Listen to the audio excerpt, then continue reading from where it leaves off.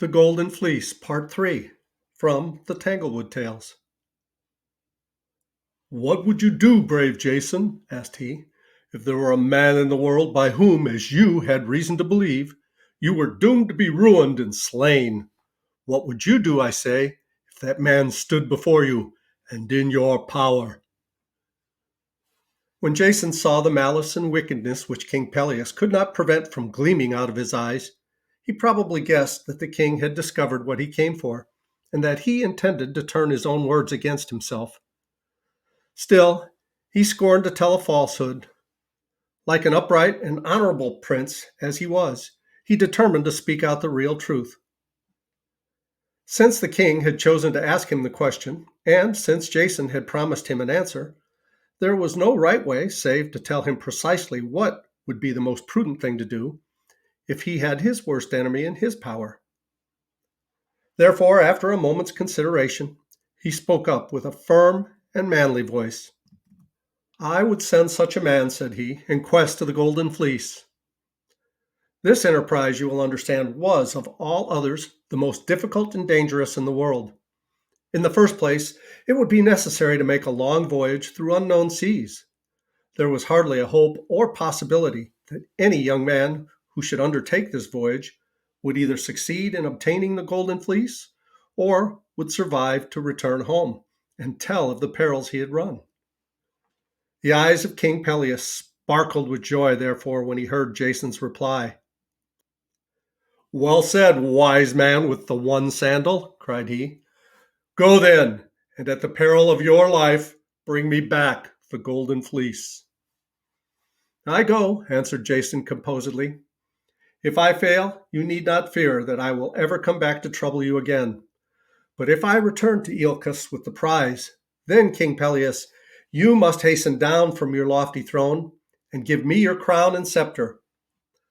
"That I will," said the king with a sneer. "Meantime, I will keep them very safe for you." The first thing that Jason thought of doing after he left the king's presence was to go to Dodona and inquire of the talking oak what course was best to pursue. This wonderful tree stood in the center of an ancient wood. Its stately trunk rose up 100 feet into the air and threw a broad and dense shadow over more than an acre of ground. Standing beneath it, Jason looked up among the knotted branches and green leaves and into the mysterious heart of the old tree and spoke aloud as if he were addressing some person who was hidden in the depths of the foliage.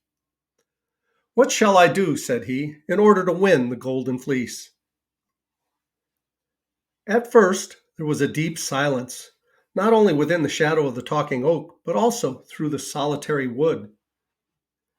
In a moment or two, however, the leaves of the oak began to stir and rustle as if a gentle breeze were wandering amongst them, although the other trees of the wood were perfectly still. The sound grew louder and became like the roar of a high wind. By and by, Jason imagined that he could distinguish words, but very confusedly, because each separate leaf of the tree seemed to be a tongue, and the whole myriad of tongues were babbling at once. But the noise waxed broader and deeper until it resembled a tornado sweeping through the oak and making one great utterance out of the thousand and thousand of little murmurs which each leafy tongue had caused by its rustling. And now, though it still had the tone of a mighty wind roaring among the branches, it was also like a deep bass voice, speaking as distinctly as a tree could be expected to speak the following words. "Go to Argus, the shipbuilder, and bid him build a galley with 50 oars." Then the voice melted again into the indistinct murmur of the rustling leaves and died gradually away. When it was quite gone, Jason felt inclined to doubt whether he had actually heard the words, or whether his fancy had not shaped them out of the ordinary sound made by a breeze while passing through the thick foliage of the tree. But an inquiry among the people of Iolcos, he found that there was really a man in the city by the name of Argus, who was a very skillful builder of vessels. This showed some intelligence in the oak, else how should it have known that any such person existed? At Jason's request, Argus readily consented to build him a galley so big it should require 50 strong men to row it, although no vessel of such a size and burden had heretofore been seen in the world. So the head carpenter and all his journeymen and apprentices began their work, and for a good while afterwards, there they were, busily employed, hewing out the timbers and making a great clatter with their hammers, until the new ship, which was called the Argo, seemed to be quite ready for sea. And as the talking oak had already given him such good advice, Jason thought it would not be amiss to ask for a little more. He visited it again, therefore, and standing beside its huge rough trunk, inquired what he should do next. This time there was no such universal quivering of the leaves throughout the whole tree as there had been before. But after a while, Jason observed that the foliage of a great branch which stretched above his head had begun to rustle, as if the wind were stirring that one bough, while all the other boughs of the oak were at rest. "Cut me off," said the branch as soon as it could speak distinctly. "Cut me off, and carve me into a figurehead for your galley." Accordingly, Jason took the branch at its word and lopped it off the tree. A carver in the neighborhood engaged in making the figurehead. He was a tolerably good workman and had already carved several figureheads in what he intended for feminine shapes, and looking pretty much like those which we see nowadays stuck up under a vessel's bowsprit, with great staring eyes that never wink at the dash of the spray. But what was very strange, the carver found that his hand was guided by some unseen power and by a skill beyond his own, and that his tools shaped out an image which he had never dreamed of.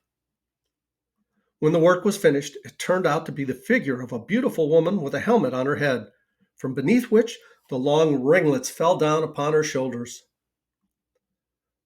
On the left arm was a shield, and in its center appeared a lifelike representation of the head of Medusa with the snaky locks. The right arm was extended as if pointing onward. The face of this wonderful statue, though not angry or forbidding, was so grave and majestic that perhaps you might call it severe, and as for the mouth, it seemed just ready to unclose its lips and utter words of the deepest wisdom. Jason was delighted with the oaken image and gave the carver no rest until it was completed and set up where a figurehead has always stood from that time to this in the vessel's prow.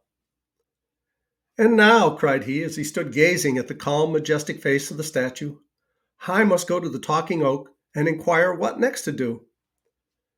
"There is no need of that, Jason," said a voice which, though it was far lower, reminded him of the mighty tones of the great oak. "When you desire good advice, you can seek it of me."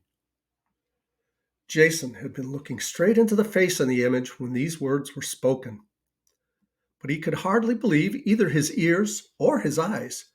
The truth was, however, that the oaken lips had moved, and to all appearance the voice had proceeded from the statue's mouth. Recovering a little from his surprise, Jason bethought himself that the image had been carved out of the wood of the talking oak, and there, therefore, was really no great wonder, but on the contrary, the most natural thing in the world, that it should possess the faculty of speech. It would have been very odd indeed if it had not, but certainly it was a great piece of good fortune that he should be able to carry so wise a block of wood along with him on his perilous voyage. "Tell me, wondrous image," exclaimed Jason, "since you inherit the wisdom of the speaking oak of Dodona, whose daughter you are, tell me, where shall I find 50 bold youths who will take each of them an oar of my galley? They must have sturdy arms to row and brave hearts to encounter perils, or we shall never win the Golden Fleece." And I think we'll pause here and continue with this story in the next video. Thanks so much for listening. Please reach down, click like, subscribe to our channel if you haven't, and leave a comment down below. We'd love to hear from you. I love you guys. As Tigger says, ta-ta for now.